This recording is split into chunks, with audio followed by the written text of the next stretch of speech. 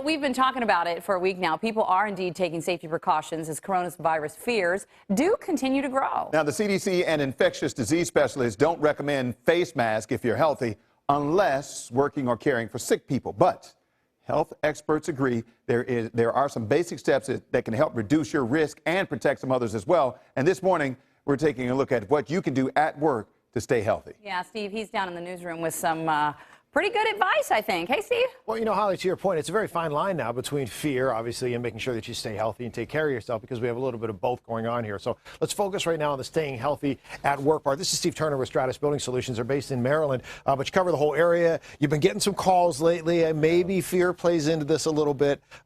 Cleanliness is always good in the workplace, and that's what you guys do, is the disinfecting, right? That's correct. That's correct. So have you gotten more calls since word of the coronavirus has spread? We have over the past couple of weeks, and we'll talk a little bit today actually about two things. Yeah. First, some basic things that your viewers can do while at work or at home to prevent the transfer of viruses and colds. And we'll also talk a little bit about some of the things that we do while we're in the office to actually do the cleaning. All right, a lot to get through. Let's start, first of all, with just some of the things we can do at our desks, at our workstations, et cetera, to make sure that we stay safe. So walk us through it quickly here. Sure. I mean, we have some basic stuff that you can pick up at your local stores between spray disinfectants that you can spray on your hands to prevent transfer, to the basic Purell, and then the wipes. Now, when we use wipes, it's important that if you're wiping a desk, that you actually wipe in one way. I'll let you go ahead and Sure. demo this, because I admittedly did it wrong. To really prevent the movement of the germs and bacteria from falling back and forth. So really, what we're trying to do is wipe it in one direction.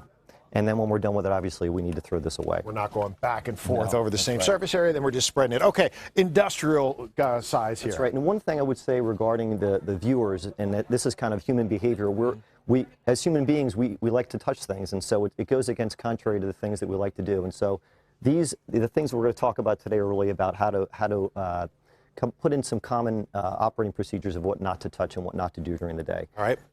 From a company standpoint, when we actually go to our clients, these are some of the tools that we use to help transfer colds and viruses. The first one I'm going to talk about is really the color coding system. The color coding system allows us to prevent cross-contamination. So, for example, if we're cleaning a bathroom, we're focused on the bath and bowl cleaner, which is red. It's color-coded with the red microfiber cloth. Once we finish cleaning the bathroom, that item is then disposed of. So we're not cross-contaminating any part of the workspace. Now, for disinfecting, we actually use two different types of products. One is a Sandy-Spritz, which is a hospital-grade disinfectant. Got it.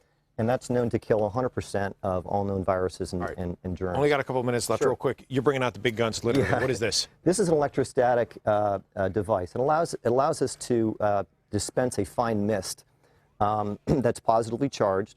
It attracts everything that's negatively charged, which is everything around it, and it allows us to penetrate and disinfect areas that normally you can't get to. Oh, that's great. All right. Walk with me over to Kevin's desk. Sure. This is good. This is the poster that I got Kevin on vacation that I gave him last year, and he has lovely on his desk. That's a good thing to have on your desk. But come over here. What's some areas that we might have some hidden germs or things we might want to really pay attention to? Can I ask why my desk was chosen for this? Yes, because you're the cleanest person. You're the cleanest person in the newsroom.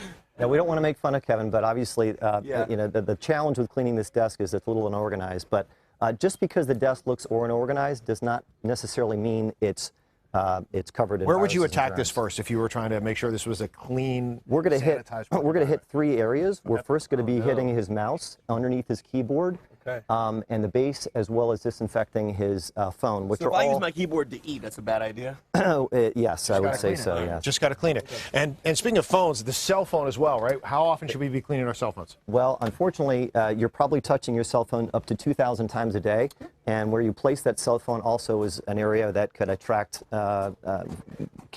picking up colds and viruses as well. Let's go into another place that sees a lot of activity. This is our makeup room, and we've got a lot of sinks. We've got liquids now in the mix. What would you attack here? So remember what I talked about before about human behavior is we like to touch things. So it's really all the areas around sinks, even the soap dispenser and the handles to the door, the elevator buttons.